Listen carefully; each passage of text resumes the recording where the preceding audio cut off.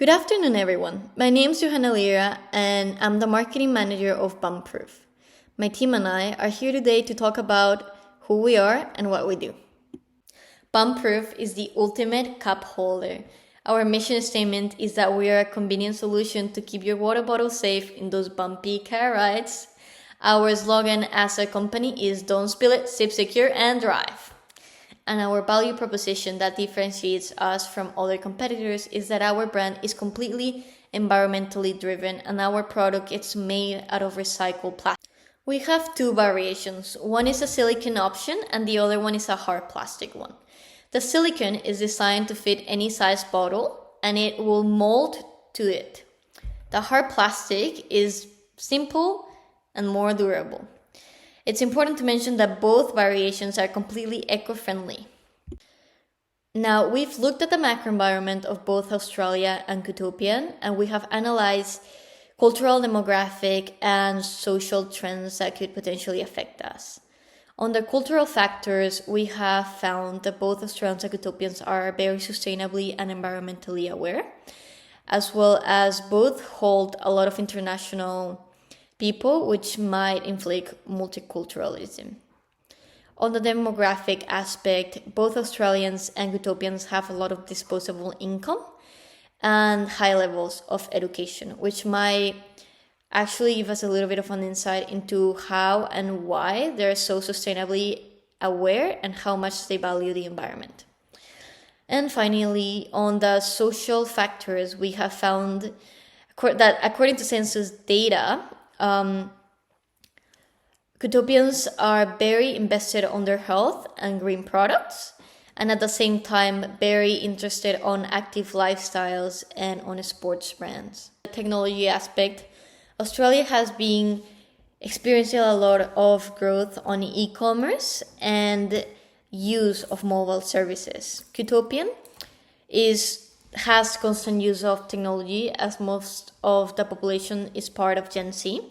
Also, Market Day is completely held online and the advertisement is done through social media platforms. On the economic factors, Utopia has a really inflated currency and has limited spending. And finally, on the political and legal factors, both communities have required products to have a label stating the components, and both communities also have a lot of intensive copyright, trademarks, and patent laws. Our brand really wanted to offer something that has never been seen on Utopia before, and at the same time solve a problem for consumers that they experience on their day-to-day basis.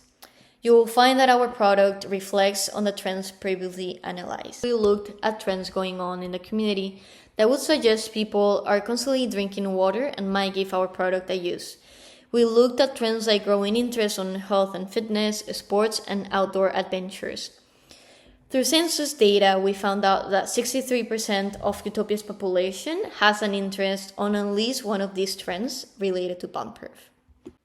Bumproof is a monopoly. There is currently no other brand in the marketplace offering anything close to our product or that might resemble the use. However, we do have some indirect competitors, which are basically other brands doing store-based retailing. Some of the implications this would have on our brand is that our consumers might opt to buy their products. And for this reason, our exposure as a company is highly relevant. And Bumproof needs to rely on a strong advertisement in order to be the preferred choice for our consumer. We have selected individuals with active lifestyle with interest in at least one of the amongst sports, outdoors adventure, and fitness, which states over 63% of the sample on which data has been collected, and 53 out of 333 stated they're actively taking interest in health foods, which indicates general interest in nutrition, creating a market segment for the product. To explain the classification of the target audience further, the target market has been divided into 4 segments, subsequently demographic, geographic, psychographic, and behavioral. Based on data collected and available in Utopian census, we have selected the target audience based on the activities performed in their free time. So coming to primary segmentation, the main demographic with the QT Utopian market is based on high school and university students, aged between 16 to 21, allowing them for part-time employment. The secondary target market may also fall within young adults, age 22 to 25, from middle class with average and low income. Psychographic segment of the target market frames the psychological factors most likely to apply to the target audience. Primarily, the audience we're targeting is most likely to fall within the experiencers and marketers categories of SRI framework. They're likely to be extroverted, social, adventurous, and practical. Geographic segments strictly limited to Qtopia, understood by Southeast Queensland, city and rural areas of Brisbane. Behaviorally, the primary audience prioritizes hydration. They can be described as car owners, often on the go, coffee and tea drinkers with busy lifestyles who are physically active. To better understand the market segmentation and the target audience, we've created a personal profile, and I'd like you to get yourself familiar with Megan, who's a 20-year-old student of QT. She has a part-time job as a barista. She uses her car for the means as the main mean of transportation. She's a very active person. We would also like to point out Megan's interest, motivation, challenges, and her frustration, which coming to frustration currently is her big water bottle does not fitting in the cup holder in her 2012 Toyota Yaris, which leads to also her main motivation being more organized and on top of her nutrition as well as her hydration. To better understand the goals of the company, we've created with marketing objectives and metrics, which mainly focus around brand awareness and revenue. Coming to brand awareness, we are aiming to boost social media traffic by 50% over the next week by the release of our teaser. We are also planning on increasing brand awareness by achieving 25 impressions on future posts on Facebook before the market day. Coming to the revenue objectives, we are researching the breakdown of 38 halfway through the market day, as well as making 50 to 100 sales by the end of the market day. So, here is how we have come up with the pricing for our product. After conducting thorough research, we have come up with a pricing strategy that we believe will be beneficial for both our company and our customers. We will be charging 25 Qtopian dollars for one of our popular expanded cup holders. We used a skimming price strategy to attract customers who are willing to pay a higher price for our product. Once we break even, we will then be able to decrease the price of our product down to 20 Qtopian dollars to entice more budget-conscious customers while remaining competitive against any cheaper products that could hit the market. We believe that using this pricing strategy will allow us to turn a profit, remain competitive, as well as being affordable enough to attract loyal customers. After analysing our break-even calculator, we found that we need to sell 18 units to break even. The table shown here provides explanation to the break-even graph. The total revenue is 2,500 Qtopian dollars and the total cost is 710 Qtopian dollars, and the fixed cost is 400 Qtopian dollars. Our variable costs are $3.10 per unit, and the forecasted demand that we are expected to sell 100 units, which will give us great confidence that we will turn a minimum profit of 1,790 Qtopian dollars. The census population of Qtopia taken was 333 people. Out of those 333 people, 63% would be interested in this product. This in turn gives us a great confidence that there is high demand for our product, meaning more potential buyers resulting in higher profit. To produce 100 units of our product, we will be providing 50 silicone and 50 plastic cup holders to our customers. The silicone cup holders will cost 130 Qtopian dollars, and the recyclable plastic cup holders will cost 180 Qtopian dollars. These total costs take into account the shipping and branding of the logo imprinted on the products. Overall, due to the extensive pricing strategy, the popular cup holders from Bumpproof have a high chance of being successful and bringing in both satisfied customers for the profit of the company. So distribution is an essential part of any business as it connects our product to our customers. So we've used direct channel marketing as well as social media marketing while using selective distribution. So if you take a look at the graph on the screen, you can get a general idea of how this process works. So with direct channel marketing, all it is we as a company are selling our product directly to our customers. Whereas social media marketing is just where we make posts on platforms such as Facebook, Instagram, or TikTok, and our customers stumble upon these posts that way. This allows for a more authentic buying experience, and it allows for our customers to buy into loyalty to our brand. So our stall space is stall 43, and you can just have a look at it on the screen there. I've just circled it there.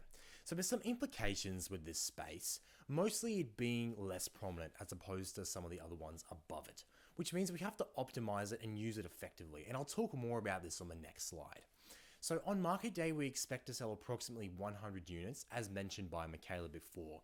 And with stock, we're just going to be selling those two variants, bump-proof, stall 43.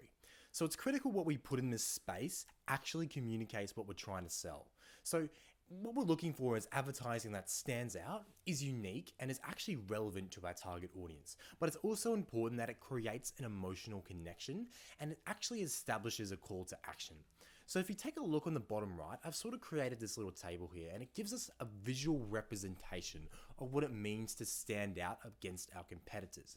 And we can achieve this by understanding the concept of less is more, and effectively just by being more simple with our advertisements. So social media marketing actually allows us to extend and reach audiences that we never thought that we could before, because we can actually target down to specific interests and demographics.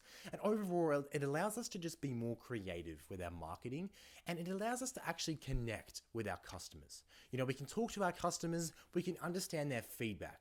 So overall, it allows us as a company to segment and target our market and push it to a specific audience.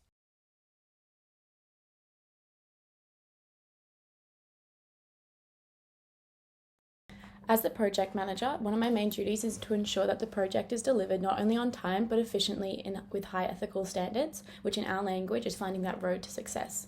To achieve this, I have put certain procedures in place to create clarity on team member responsibilities and make sure that every aspect of the project is properly planned, executed, and monitored. This ensures that all team members are making effective progress in a timely manner. Firstly, at the beginning of the project, we all signed a team contract which outlines all the key responsibilities that are expected of one another throughout the project and business development. The signing of this contract ensures that we are all committed to ensuring we bring our best to the table, as well as supporting each other when doing so.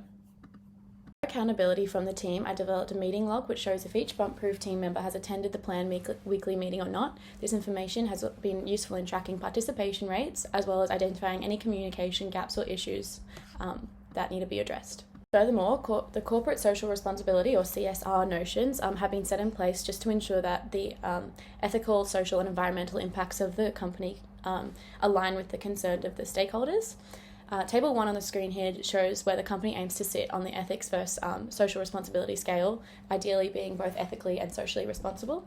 To implement this into the business, the framework for ethical decision making has been used and will continue to be used throughout the project. This is a 4-step process that ensures whatever business decision being made is both ethically and socially responsible. As displayed here, one of the issues we faced was finding a way for the bottle holder to be environmentally friendly. We first gathered the information and identified stakeholders, then addressed all our alternatives of materials to be used to then come up with the decision. The decision to use silicone and hard plastic was made as these materials are really long-lasting, therefore increasing the lifespan of the product. Finally, the ethical decision-making metric is used just to challenge and test the final stage of the process, being the decision. The goal of this is to essentially ensure that all the alternatives are being analysed, and the alternative with the most number of ticks in like the yes column, so the 1 to 2 column, will be the most ethical and socially responsible. Here on the screen you can see that as a team we found that the decision to use hard plastics and silicone passes this test. Each business decision we make throughout the project has been put through process and tests such as all these I've spoken about, just to ensure that all decisions being made are both socially and ethically responsible. Overall, our team is really committed to delivering a high quality product that meets the needs of our stakeholders whilst adhering to high ethical standards. As a project manager, I believe that by having these procedures in place and following appropriate methods, we can ensure that we deliver bump-proof successfully, meeting all expectations. Our viability is highly relying on 2 facts. We're the only business with this product, and we have a unique selling proposition. We are completely environmentally friendly, and we're actually taking waste away from the environment. We do have 3 risk factors. The first one is that people in Cooptopia have limited disposable income. Our strategy for this is showing consumers the utilitarian value behind our product. The second risk is that other stalls are better positioned on the market day. Consumers might expend their salaries elsewhere before reaching our stall. And our strategy is to highly rely on advertising through our Cooptopia Facebook page, so that people are aware of who we are, our product, and actually search for us. The third risk and final one is that we will not sell enough products to break even. Our strategy is to lower the price prior to this.